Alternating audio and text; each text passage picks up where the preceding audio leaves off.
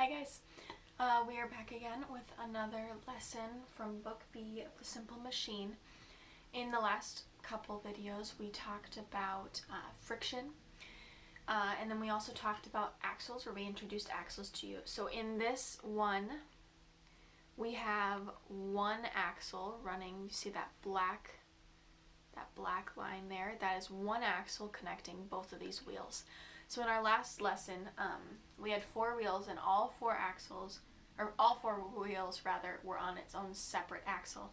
But this one, we just have two wheels and it's on the same axle. So we're going to take a look and see in what ways does this work better and in what ways does it not work as well. So it's going to be kind of hard to show you, but I'll just explain what I'm observing.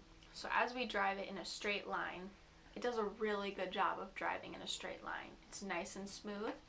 It works really well. But what happens if we try to turn it? Do you think having that one axle will make it turn better or worse? Let's see. So it actually is very difficult to try and turn it. Because both wheels are on the same axle, they can only spin at the exact same time or at the exact same speed.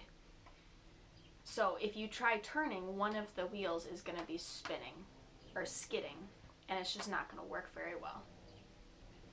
So that's what happens when we have one axle. It does a really good job of going straight, but it has a really hard time turning. So now I want you to think about what would happen if we tried separating these two wheels and had them on two separate axles. And that's what we're going to look at next time.